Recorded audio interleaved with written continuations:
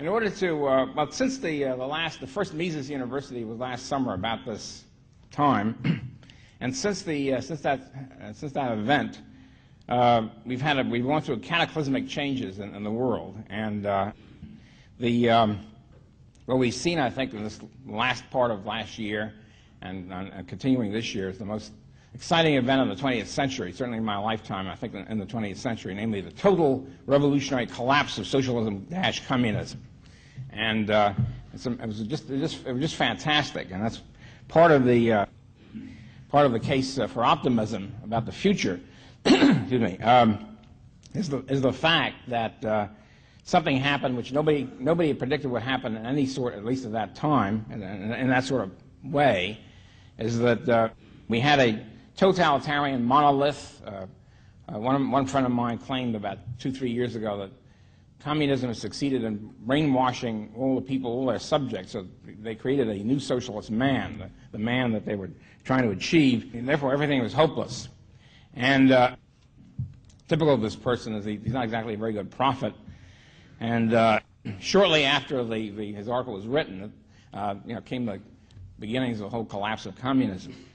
And one of the great things about it, in addition to the fact that it shows that the spirit of freedom cannot be wiped out in mankind, is that it shows the power of ideas. You know, that it's very difficult. We tend to get pessimistic sometimes. Some people do.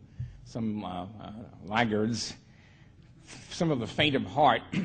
Because here we're pouring forth ideas, and Mises, for example, I'll get to that in a minute, all of his life was fighting for freedom and opposed to tyranny and socialism. And you think, well, how can ideas affect history? And we're locked in, of course, we all know about the public choice trap. The public choicers, who tend to be free market people, are trapped in this extremely gloomy, pessimistic world outlook, namely that special privileges, of course, as we all know, special privileges out to shaft us 24 hours a day. They're constantly working for lobbying and special privileges and monopoly and contracts and all that.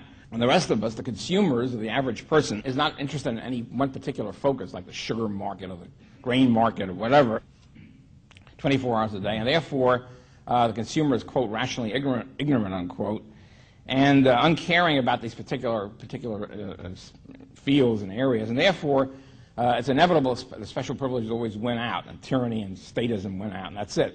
There's no hope. And every person, since every person is only interested in their narrow, short-run economic interests, there's no way of getting out of this trap. George Stigler, for example, the distinguished dean of Chicago School of Economics, or one of the two deans at least, view is that ideas have no influence on history whatsoever. I mean, it's as if everybody's writing in sort of a vacuum, or writing for each other professors. And there's no point to any of this as far as affecting history goes. And coming from an historian of economic thought, it's kind of a depressing picture.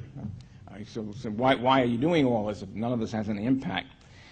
So, but we find out here a dramatic example of the exact opposite. In other words, here was the communist system, totally locked in, as I say, alleged monolith, special privileges with nomenclatura, totally dominant.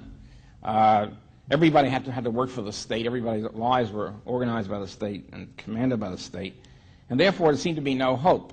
And so obviously something, and here's a situation for people like Ludwig von Mises, for example, Etienne Laboe-T, David Hume, and Ludwig von Mises always kept insisting that in the long run, ideas are the things that count. It's not short-run economic interests. It's the ideas held by the public that determine historical events. That no government has however much force they command, however much instruments of terror they use on the population, no government can last any length of time unless the public supports it. The majority of the public endorse it one way or the other for whatever reason. And this seemed to be outmoded in the days of totalitarianism, the days when the government has all these dread instruments of torture and high technology at their command. How can the average person resist this? And we've all read Orwell's 1984. Of course, it's a very gloomy picture. Everything is shot. Everything is finished. The totalitarian elite will win out.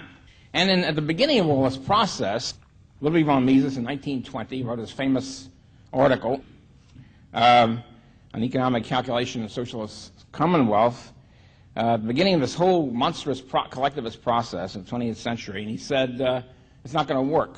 In other words, in addition to the moral ideas, the moral failures of socialism, and all the other, and the political philosophic failures and sociological failures, this ain't going to work.